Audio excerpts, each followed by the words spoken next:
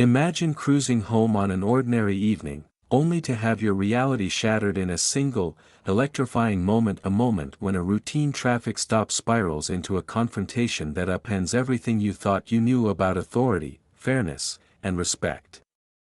What if the person you assumed was merely a regular citizen turned out to be the one who holds the power to hold every officer accountable? Stay tuned as this riveting tale unfolds before your eyes, a story that challenges assumptions, exposes a deep-rooted system of unchecked power, and ultimately inspires us all to stand for justice. It was a warm, golden evening in the city of Silvercrest. The sun was just beginning its slow descent, bathing the bustling streets in hues of amber and crimson. Julian Reed, a diligent professional in his early 40s, was driving his sleek, dark blue sedan home after a grueling day at the office. With the radio softly playing an old favorite and the hum of the engine providing a steady backdrop, Julian's thoughts drifted towards the promise of a quiet, untroubled night ahead. He enjoyed these moments, the simple, fleeting instants when the world seemed to pause, and everything felt right. Yet, fate had other plans. Without warning, the serenity of the drive was interrupted by the flashing lights of a police cruiser emerging in his rearview mirror. The sudden burst of blue and red, combined with the wail of a siren, sent a shiver down Julian's spine. Instinctively, he pulled over to the side of the road, his heart pounding with a mix of confusion and apprehension. Moments later, a police vehicle pulled up behind him. Out stepped Officer Nathan Drake, a man in his mid-30s, his close-cropped hair and sharply pressed uniform exuding an air of self-assured authority.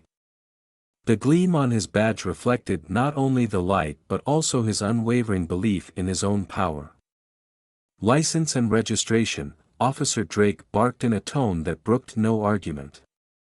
Julian, though taken aback by the sudden intrusion, reached slowly for his documents. Every movement was deliberate and calm, yet beneath his composed exterior lay a subtle tension, a quiet understanding that this encounter was about to become something far more significant than a mere traffic violation. "Is there a reason you pulled me over?" Drake asked as he leaned in closer, his eyes narrowing in a manner that suggested he was not interested in a straightforward answer. Julian replied evenly, "I slowed down, but I guess it wasn't enough." His tone was courteous, his words measured, as he extended his driver's license and registration. Yet, even as he complied, he couldn't help but notice the hard, assessing look in Officer Drake's eyes, an expression that spoke of an underlying assumption, a bias that hinted at something more than routine protocol. "Where are you from?" the officer inquired abruptly, his voice laced with a barely concealed suspicion. Julian paused for just a moment before answering, "I moved here a few months ago. My address is on my license." It was a simple response, but it only seemed to fuel Drake's probing gaze. In that fleeting exchange, an invisible line was drawn between the two men, a line that would soon mark the beginning of a confrontation with far-reaching consequences. The atmosphere grew thick with tension as Officer Drake continued his interrogation, his voice adopting a sharper tone with every passing second. "What's your destination tonight? You seem to be in quite a hurry," he pressed, his words laced with an insinuation that Julian was hiding something more than a simple desire to get home. Julian's reply was as measured as his actions. "I'm just heading home," he said, his voice calm and unwavering despite the rising intensity of the situation. As the conversation progressed, it became painfully clear that this was no ordinary traffic stop. Officer Drake's initial questions had morphed into a series of pointed inquiries, each one aimed at unearthing details that had little to do with a routine violation. He scrutinized Julian's every gesture, every nuance of his calm expression, as if searching for evidence of some unspoken wrongdoing. The air between them was charged, not with fear, but with a palpable clash of authority and quiet dignity, a clash that was about to upend everything Officer Drake took for granted. Without any clear provocation, Drake's demeanor shifted subtly. He stepped back, took Julian's documents from the passenger seat with an exaggerated slowness, and stuffed them into his chest pocket. His face now bore a faint smirk, as though he had already decided that Julian was no ordinary citizen but a suspect in a narrative of his own making. "Step out of the car," Drake ordered in a clipped tone that brooked no argument. Julian's hand gripped the steering wheel a fraction tighter as he unlatched the door and stepped out, his body language exuding a quiet confidence. He met Officer Drake's demanding gaze with a steady, unwavering look, a look that said he was not intimidated, not by this display of brute authority. As Julian moved closer to the cruiser, Drake's eyes traveled over his form, noting his broad shoulders, the crisp lines of his tailored suit, and the polished shoes that hinted at a man who valued order and discipline. Yet, in Drake's mind, these very attributes only reinforced his biased assumptions, a set of markers that he interpreted as signs of pretense rather than professionalism. "Show me your hands," Drake commanded, his voice low and edged with the desire to assert dominance. With measured precision, Julian lifted his arms and placed his palms flat on the hood of his car. "Is there something specific you're looking for, officer?" Julian asked, his tone cool and even, as if he were addressing a neighbor rather than an adversary. Drake's response was curt, "Just routine. There have been a few incidents in this area lately." His words were dismissive, but there was an undercurrent of something more, a suggestion that Julian's very presence had become an excuse to justify an escalation beyond the scope of a simple traffic violation. Julian's eyes narrowed ever so slightly. "Incidents involving well-dressed men driving expensive sedans?" he inquired softly, his voice laden with a quiet challenge. For an instant, the silence that followed was heavy with tension, as if the entire world had paused to witness the clash of two very different worlds, one of unchecked authority and one of measured restraint. Officer Drake's face reddened imperceptibly, his confident facade beginning to crack as he shifted his stance.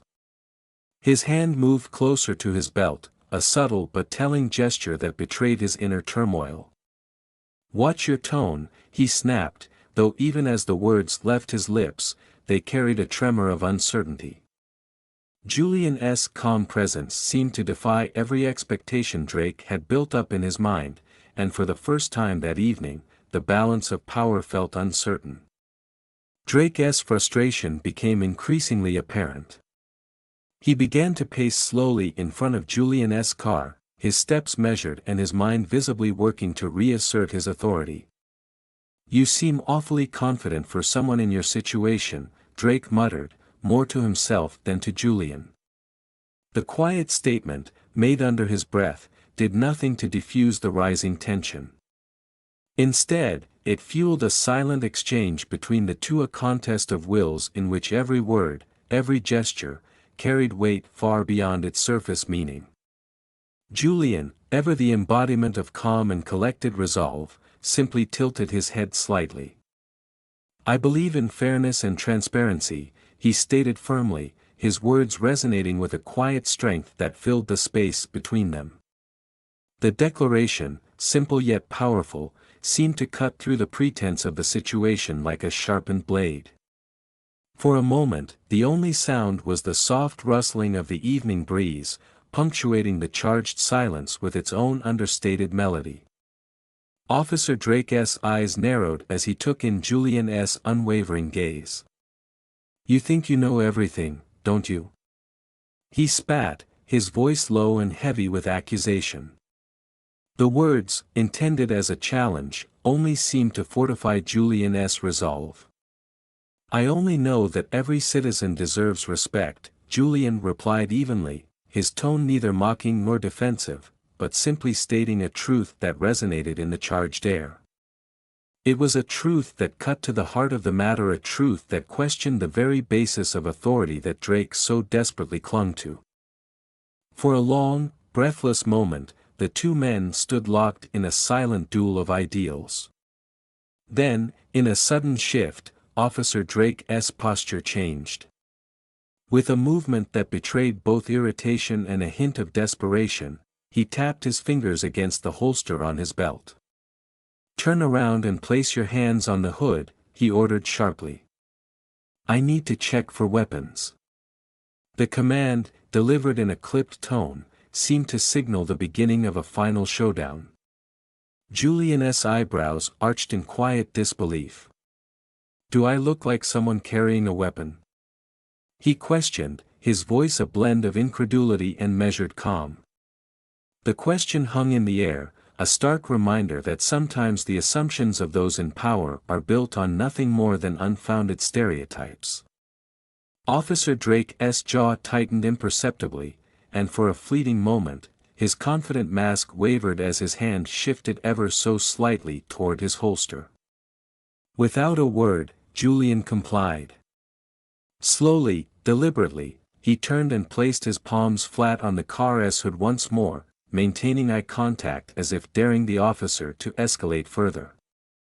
The pat-down that followed was executed with a rough haste, a series of invasive motions that felt less like a search for safety and more like an attempt to assert dominance.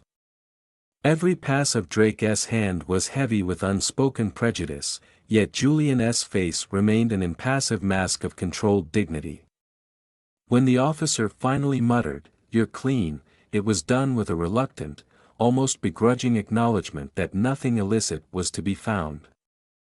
"Now, if you're finished," Julian said, his voice cool and even, "I believe this encounter should be over."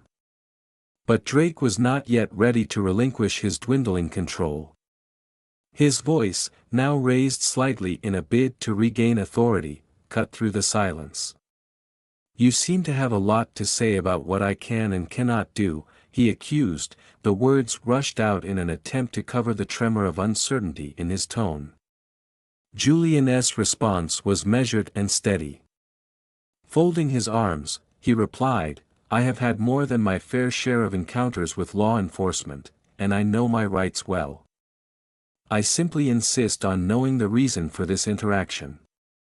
Drake's face twisted with indignation as he scoffed. "So, you think you're some sort of expert? Perhaps even a lawyer?" He sneered, the implication laced with condescension.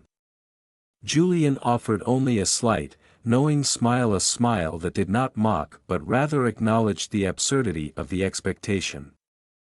"No," he said simply, "I believe in truth and fairness, and I expect that every officer, regardless of their rank, upholds these values." The tension between them was now palpable, a charged standstill where every second stretched on, filled with unspoken challenges and ideological clashes. Sensing that he was losing control of the situation, Officer Drake took a final, desperate step. "Listen," he said, his tone dropping to a near growl, "you act as if you're smarter than me, as if you can talk your way out of this." His eyes flickered with a mixture of anger and uncertainty, betraying his inner conflict. Julian met his gaze steadily. "I'm not here to outsmart anyone," he replied softly, "but I am here to demand the respect that every citizen is entitled to. I believe in fairness, and I expect nothing less from those who serve and protect us." The words fell like a measured verdict, each syllable resonating with the weight of hard-earned experience and an unwavering commitment to justice. It was at that moment that the tide began to turn. With a slow, deliberate motion that seemed almost ritualistic, Julian reached into his pocket. His movements were calm and unhurried, as if he had been waiting for this moment all along. From within his jacket, he withdrew a worn leather wallet and, with quiet ceremony, flipped it open to reveal a badge that shone with a quiet authority. "My name is Julian Reed," he announced, his voice as steady as ever, "and I am the Director of Internal Oversight for the Silvercrest Division." The revelation hit like a thunderclap, reverberating through the charged silence that had defined the encounter. For a long, heart-stopping moment, Officer Drake stood immobilized. His eyes darted between the badge and Julian's impassive expression, as if searching for any sign that this was all some cruel joke. But there was no humor in Julian's gaze, only a firm, undeniable resolve that left no room for doubt. Internal oversight? Drake managed to choke out, his voice cracking under the weight of the realization. Before he could muster another word, Julian interjected calmly, "Yes. My duty is to ensure that every officer upholds the principles of integrity, fairness, and respect that this badge represents." His tone was neither harsh nor triumphant, it was simply the steady, measured voice of someone who had spent years fighting for justice from within. The color drained from Officer Drake's face as his confidence crumbled in real time. His hand, which had been hovering near his belt in a subconscious display of authority, slowly dropped to his side. Julian stepped forward, closing the physical and symbolic gap between them, his presence radiating an unyielding calm that now carried the weight of accountability. "Do you know," Julian said softly, "what is most troubling about tonight's encounter?"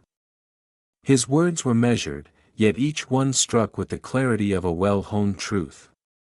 It isn't just the profiling or the unfounded escalation, it's the fact that you assumed I wouldn't understand my rights, that you believed your badge made you above accountability. Drake opened his mouth as if to respond, but no words came. The silence that followed was heavy, laden with the realization that his unchecked authority had been exposed for all to see. Julian continued, his voice imbued with a quiet resolve, "A badge does not place you above the law, it makes you responsible for every action, for every word spoken to a citizen. And tonight, you have failed that test." There was no malice in his tone, only the steady conviction of someone who believed in the principles of justice above all else. Taking a measured step back, Julian instructed, "Now, return my documents and reconsider your actions carefully before you speak again." The command was not shouted, it was stated as a calm imperative that brooked no argument. With a visible hesitation that betrayed his inner turmoil, Officer Drake reached into his chest pocket and, with trembling fingers, handed over Julian's license and registration. Julian accepted them without a word, tucking them securely away as he moved toward his car. Pausing at the driver's door, he met Drake's gaze one last time. "Remember this," he said quietly, "a badge is not a symbol of superiority, it is a symbol of responsibility, one that demands respect from both sides of the badge." With those parting words echoing in the cooling air, Julian climbed into his sedan and started the engine. As the vehicle pulled away, the diminishing light of the evening seemed to mirror the fading remnants of Officer Drake's authority, a man left to confront the shattering consequences of his actions. The encounter was brief, yet its implications would ripple through the fabric of the department for years to come. That night, as Julian made his way back to his modest apartment in the heart of Silvercrest, every detail of the encounter replayed in his mind. It was not just the injustice of the stop that troubled him, but the profound realization that such moments were symptomatic of a far deeper, systemic failure. He knew that Officer Drake was not an anomaly, but rather a manifestation of a culture that allowed unchecked power to thrive unchecked. And he resolved, in that quiet moment, that change was not only necessary, it was inevitable. The following morning, the early light crept through the blinds of the Internal Oversight Office. Julian sat at his desk, a thick file containing every detail of Officer Drake's record spread out before him.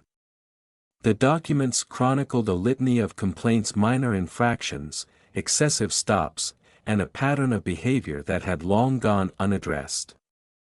As he pored over each page, Julian's mind was already formulating a plan, one that would not merely punish one man but would force the entire department to confront its deep-seated issues. A soft knock on the door interrupted his thoughts. Serena, his dependable assistant, stepped in holding a stack of reports. "Good morning, Director Reed," she said warmly, her voice a blend of professionalism and genuine concern. "I've compiled the latest summaries of the misconduct cases, and Chief Lawrence asked that I remind you about the department review scheduled for later today." Julian nodded, accepting the files with a measured grace. "Thank you, Serena. And please arrange a meeting with Chief Lawrence this afternoon. I have important matters to discuss." Sensing the gravity in Julian's tone, Serena offered a respectful nod before leaving the room. Once alone, Julian returned his attention to the file on Officer Drake. His thoughts drifted beyond one individual's missteps. They encompassed the broader, more pervasive issues that had long festered within the department.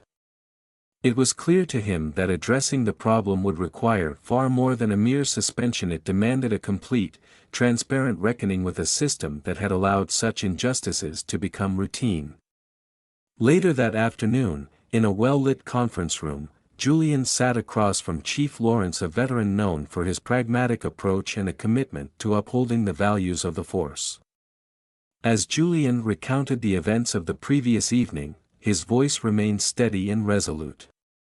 "What happened last night wasn't just another routine stop," he said. "It was a stark reminder that unchecked authority can quickly morph into oppression when those in power lose sight of their duty to protect and serve." Chief Lawrence listened intently, his face a canvas of concern and measured understanding. "I'm aware that Officer Drake's name has surfaced before in complaints," he admitted softly, "but we've always handled these issues quietly, hoping to resolve them internally." Julian's eyes hardened slightly as he replied, "Quiet handling only perpetuates the problem.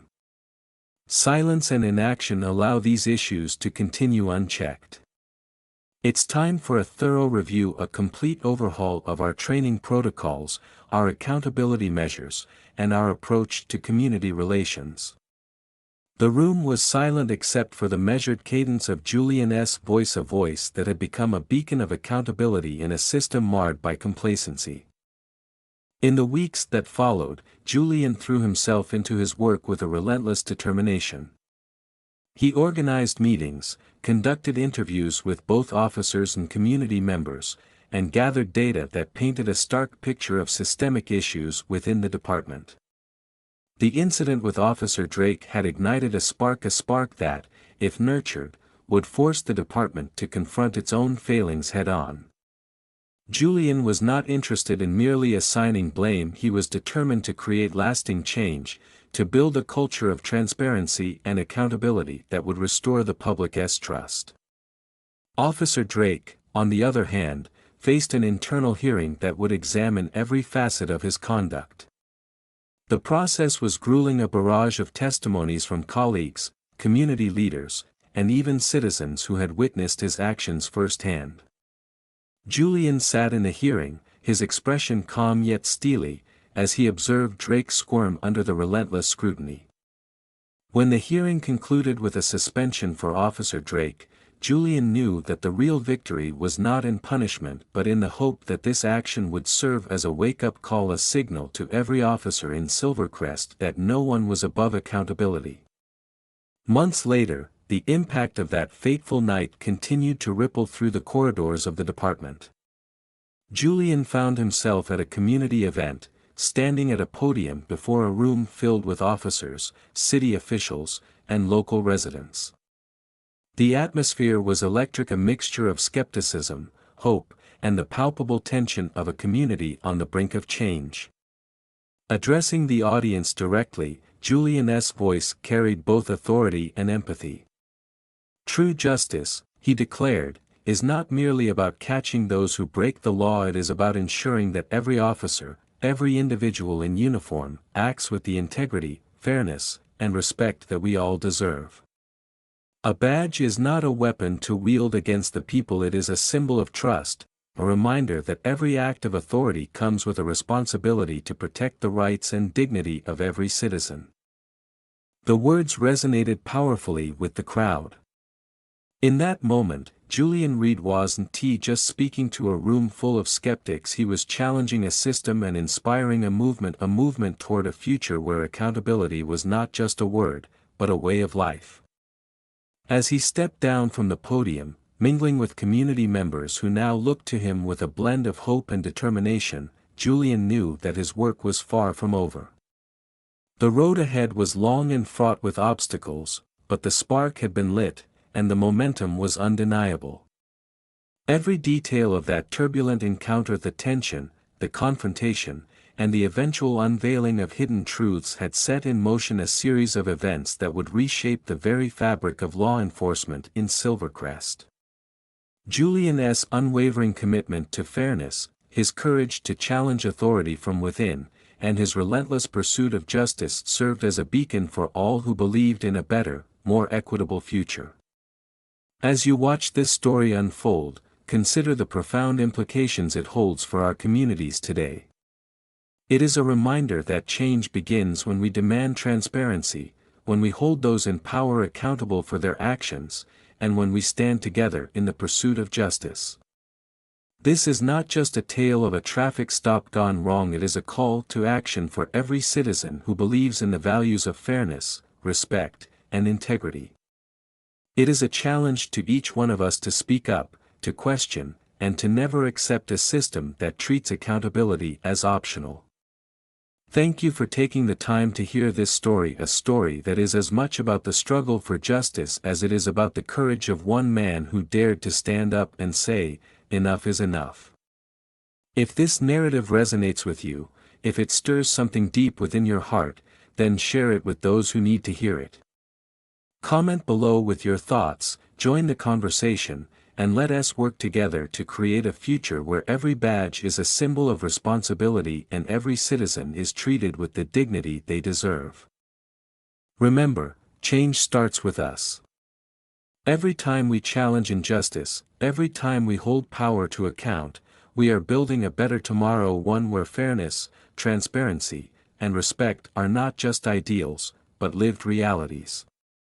Let this story be a reminder that no matter how deeply entrenched the system might seem, one person's voice can spark a revolution of change. So, stay engaged, keep questioning, and never stop believing in the power of truth and justice.